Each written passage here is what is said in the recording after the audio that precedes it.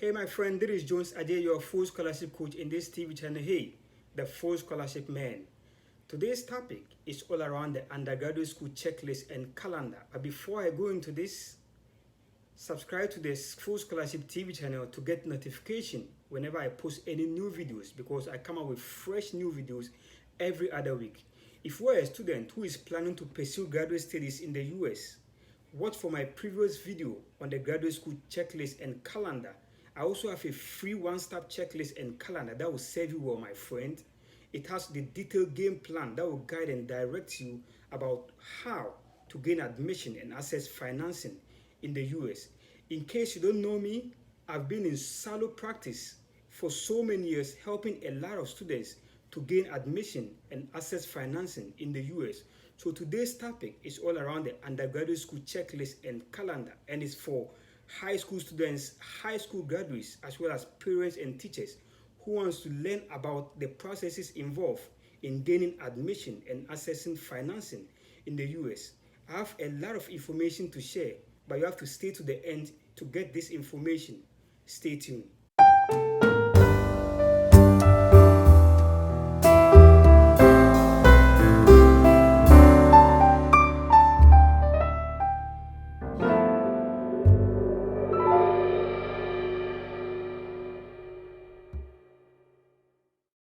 Hey my friend, welcome back to the Full Scholarship TV channel. Getting into a US college or university may be complex or extensive for you, the new beginner. So I've crafted this one-stop checklist that you can use as a timeline before submitting your application. In the month of July, let's look at what you should be doing before you submit your application to get into a US college or university. The first thing to do is to look into your career aspiration, your long-term dream. So what are you planning to do in the next 5 years, in the next 10 years? Then you decide the type of programs that will match you into your career aspiration. So having decided all these, the next thing is to research into the schools that you want to apply based on your long-term goals, as well as the type of programs that will match you into your profession. The next thing is the number of programs to apply into. If you watch my previous video on the graduate school checklist and calendar, I go by the 2-3-2 strategy. So the 2-3-2 strategy is getting into 2 top tier schools, 3 middle tier schools, and 2 safe schools.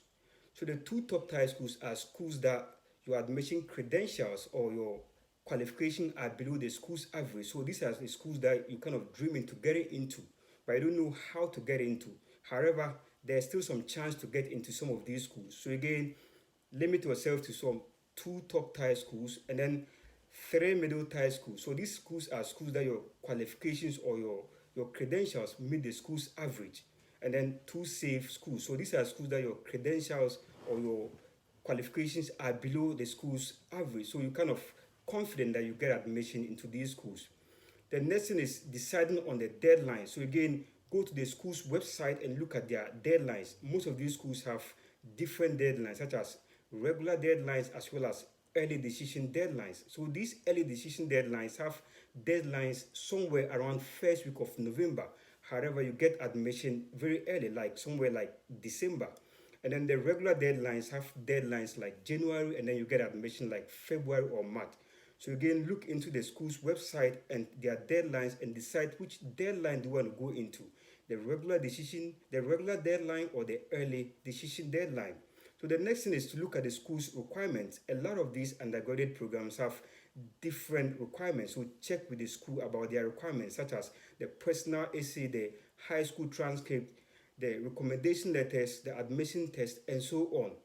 The next thing is the admission test. A lot of these schools require you to take the admission test, such as the SAT or the ACT. So check with the school's requirement, as well as the test of English as a proficiency exams, that is the TOEFL exam. So most of these schools require you to take the English language proficiency because you are coming from a foreign country. So check with the school to know if these admission tests are required from you.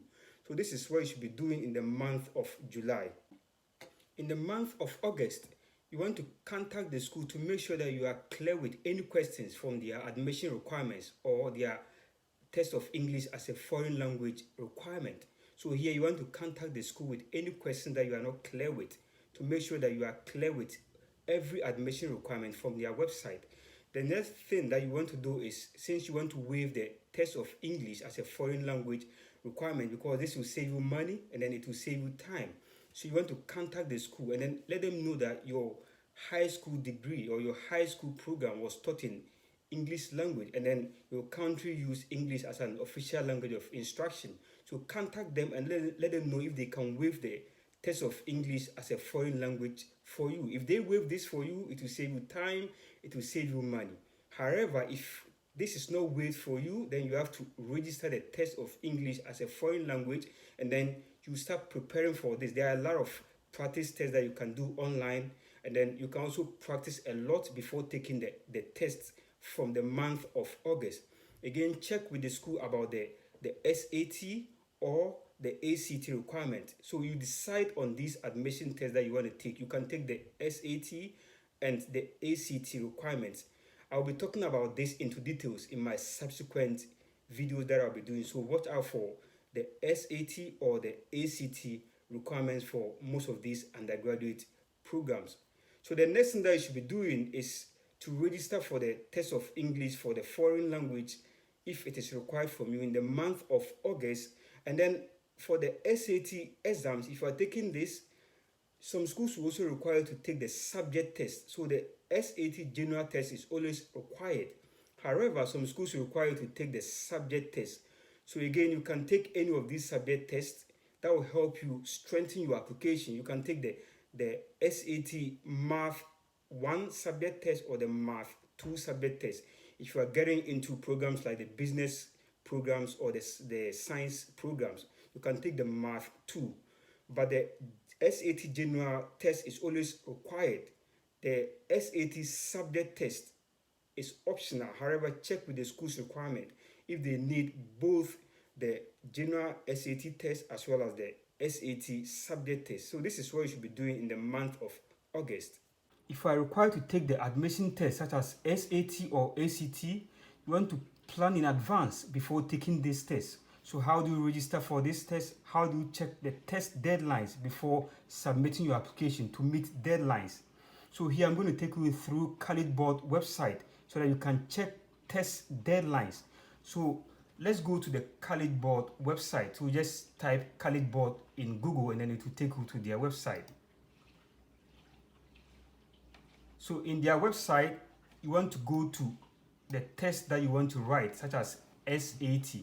So you go to SAT and then you look at upcoming events.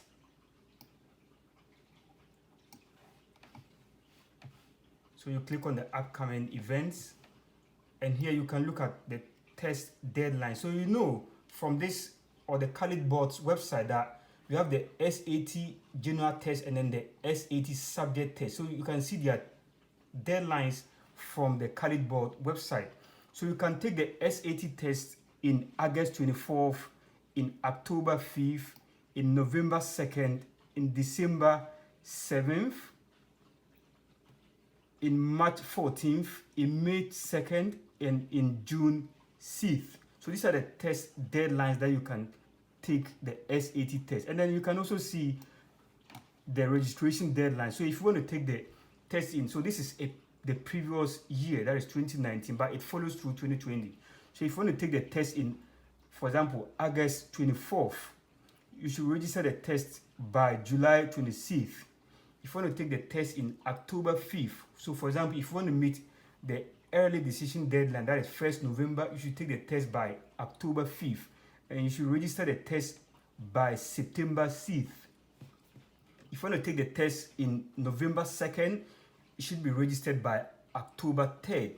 If you want to take the test in December 7th, you should register the test in November 8th. If you want to take the test in March 14th, you should register the test by February 4th. So, and then the last thing is, if you want to take the test in May 2nd, that is 2020, I'm still in 2020, you should register it by April 3rd. And then if you also want to take it in June 6th, 2020, you should register it by May 8th, 2020. So these are the test deadlines. We also have the subject test deadlines.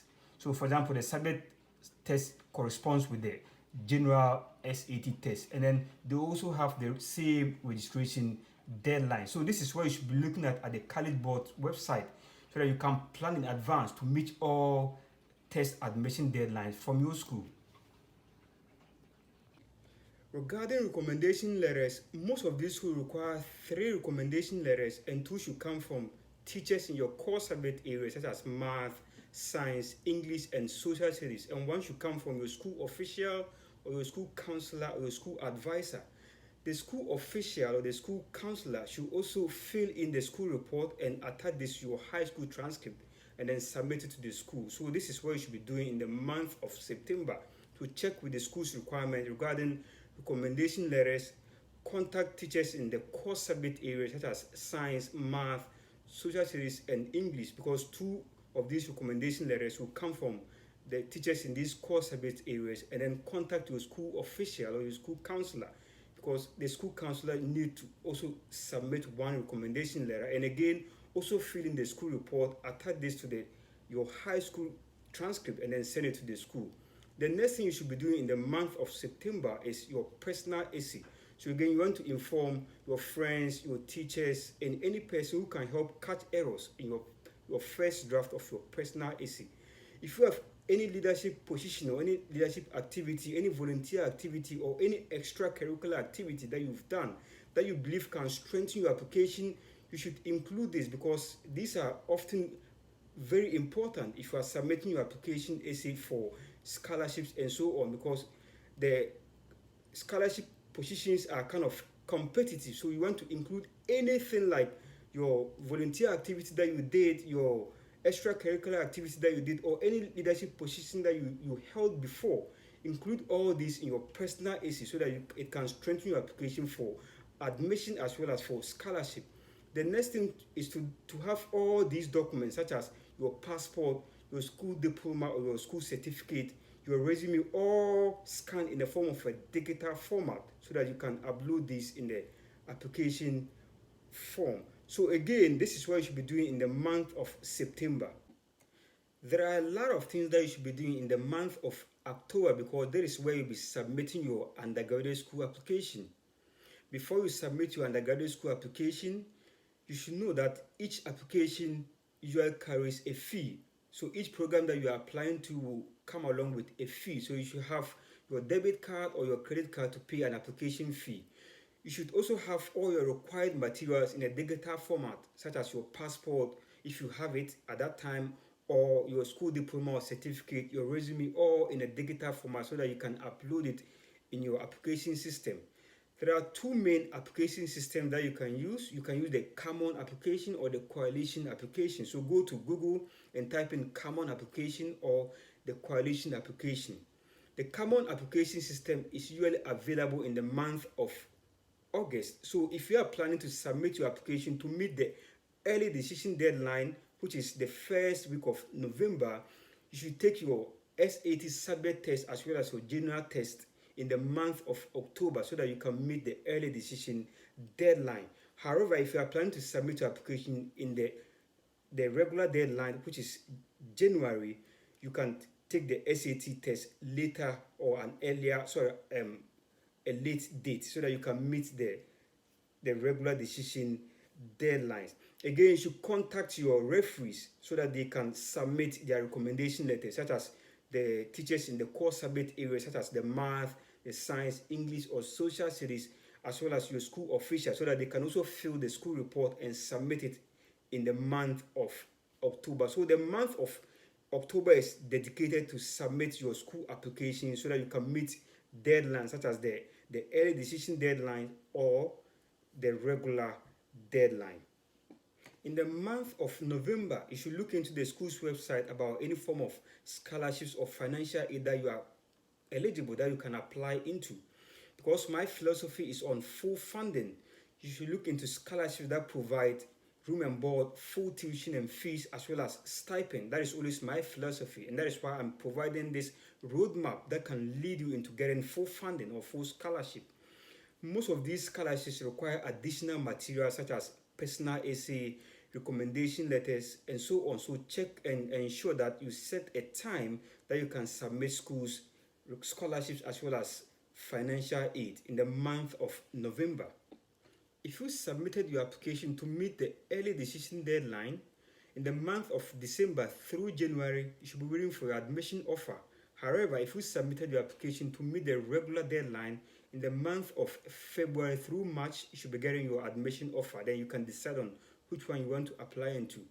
I'll be talking about the admission requirements into details such as the SAT or the ACT test, the GRE test, the TOEFL test, the GMAT test, as well as any admission requirements such as the personal application, essay, the resume, and so on. I'll be talking about this into details in my subsequent videos. If you are planning to get into medical school, then watch out for my next video about how to get into US medical school. So regarding the checklist and then the calendar, what you should be doing and the documents that you should gather. So the next thing that I'll be coming out with is the medical school admission checklist. If you need the undergraduate school checklist and calendar, I'll leave my email in the comment section and then you can send me an email in request of this. I'll see you in the next video. Appreciate it all.